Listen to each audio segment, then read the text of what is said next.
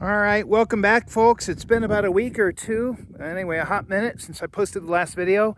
And I have actually recorded 3 videos in the interim. It's just that they've come out so badly with all the wind that I haven't felt like they were worth posting. So hopefully the wind will hold for us here. I'm going to go inside the house very shortly. It has been still all morning, but naturally, with my luck, the second I started recording, the wind started picking up. Literally the second. So bear with me here. I'm just starting outside so I can show you the siding. As you can see, we've got some of that coming around the house here, and it's looking really great.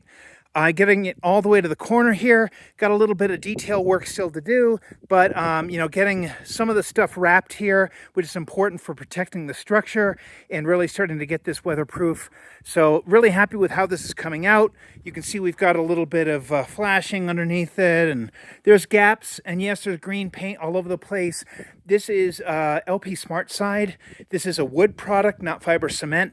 You have to prime the cut ends as you go. Green is the only color that I have on the site here, so I've just been using that. The house will eventually get painted some shade of green. The trim will be some shade of white or off-white, maybe a light tan or something like that. So this stuff is all going to get painted here, but I just wanted to start getting it applied. And also, there are some really big gaps here. That is also on purpose. If you look very closely, if I can get a good detail shot, you can see there's flashing in that gap. I don't know how well this is going to show up on camera. There we go. You get a little bit of light reflecting off of it here.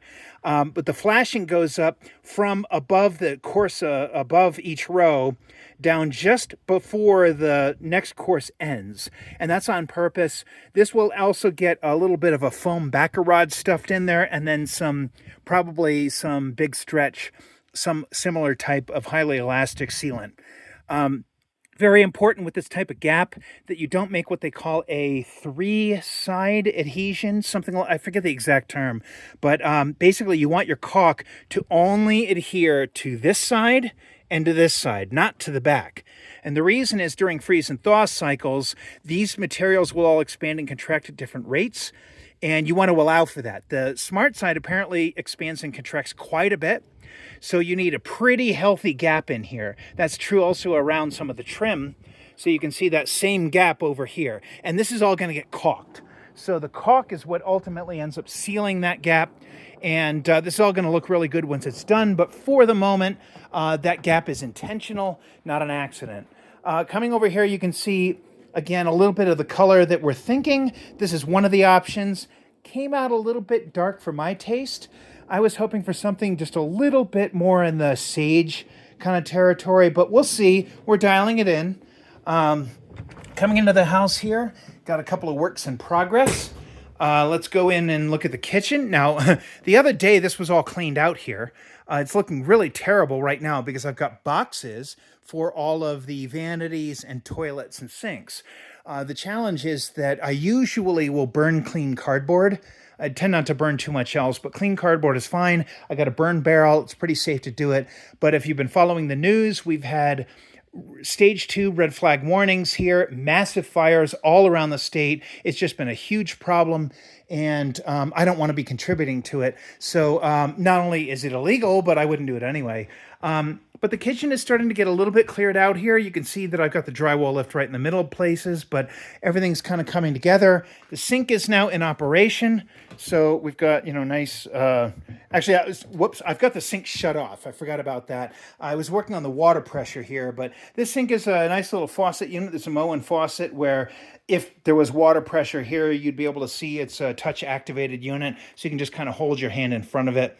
The neat little battery operated trick. I don't know how much we'll end up using it, but hey, it is what it is. So sinks coming in, pretty much all Moen fixtures everywhere.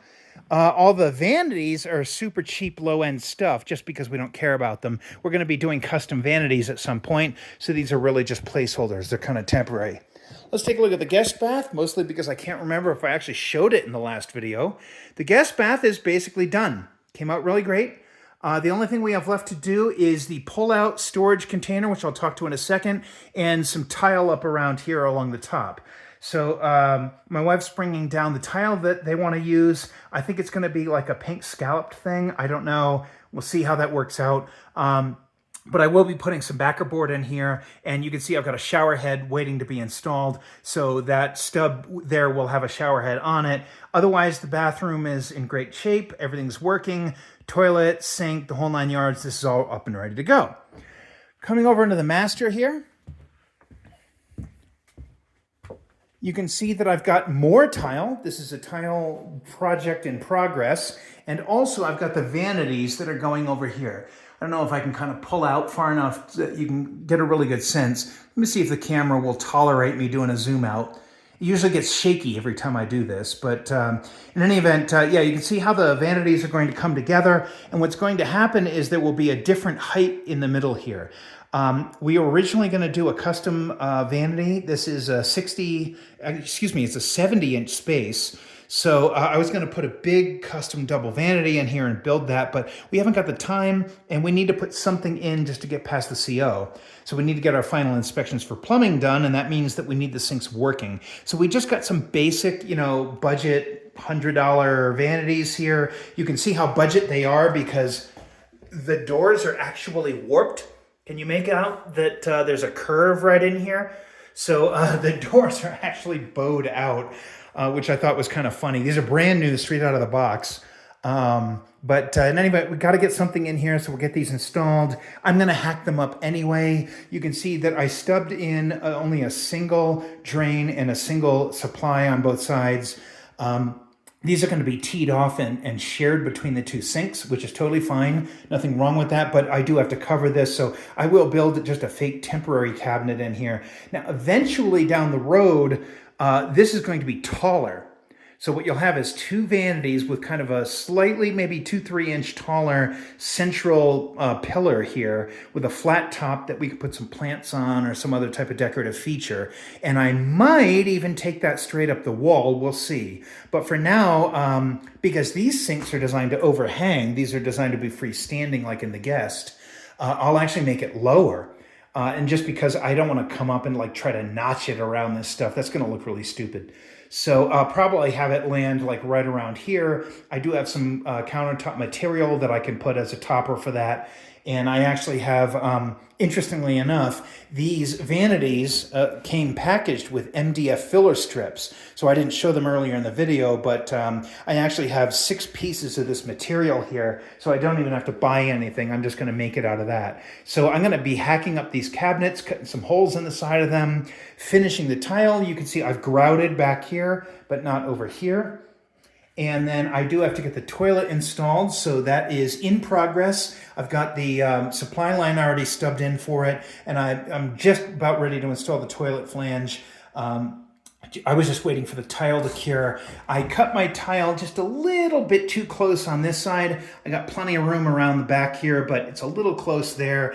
And the danger if you're cutting tile with like a diamond blade or something is if it's not rigidly held in place, it can crack. I definitely don't want that to happen under the toilet. So I was waiting for this to fully cure, which it has now today, and that's going to be my job today. And then the last thing to do is the master shower. I have to finish the waterproofing in the top section here, just one last band. This stuff is not fun to work with, but I'm getting it done. So, finishing the waterproofing here. This is not the Curdy fabric, the Schluter fabric. This is a generic, no-name brand. I do think it's going to work fine, but it has not been fun to install. And I do have a couple of bubbles here and there that I need to get rid of. That's definitely a no-no, regardless of the brand. So there's not too many, but I don't know if you can make it out in the video, but there's 1 or 2 kind of right in here that I do want to take care of. And I'll just, pop them with a razor blade, get some extra patch material on top of it, and then do the tile. The tile in here is going to be the same tile that's on the floor, but we're probably going to run it in like a stagger pattern straight up the wall. We're probably not going to continue what is called a basket weave, which is this kind of alternating style here, where you can see they go kind of this way, that way, this way, that way. So we'll probably not continue that in the shower. That's going to run straight up the wall and just do a standard stagger pattern. And then last but not least, on the floor here, we will have a threshold. Kind of can't really see where it's going to go, but it's going to go about where that broken piece is. Just get a better piece of material in here. And then this will be a small hex. So the hex has a nice pattern that kind of matches this calicata or whatever this is called. but it has like a little darker gray occasional piece just to kind of add some visual appeal. So that's going to go on the floor here. That's my last step. I'm expecting to be able to complete the tile and the toilet and sinks over the next day or two.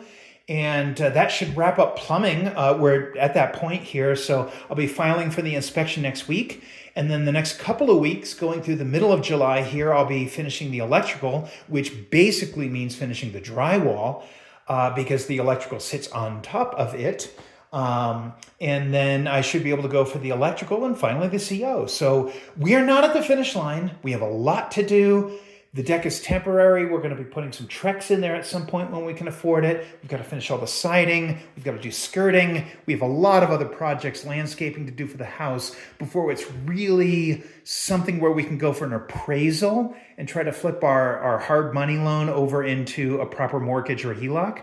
But we are very, very close to the CO. So keep your fingers crossed because we're also just about out of time. And I think our permit runs out in about 2 weeks. So I'm very, very much biting my fingernails here, hoping we make it. But we're so close that I think we probably will. Just have to stay on track, make sure nothing goes wrong. So wish us luck, cross your fingers for us. Thanks for watching. We appreciate all your support. And stay tuned in the next couple of videos. This is all going to come together.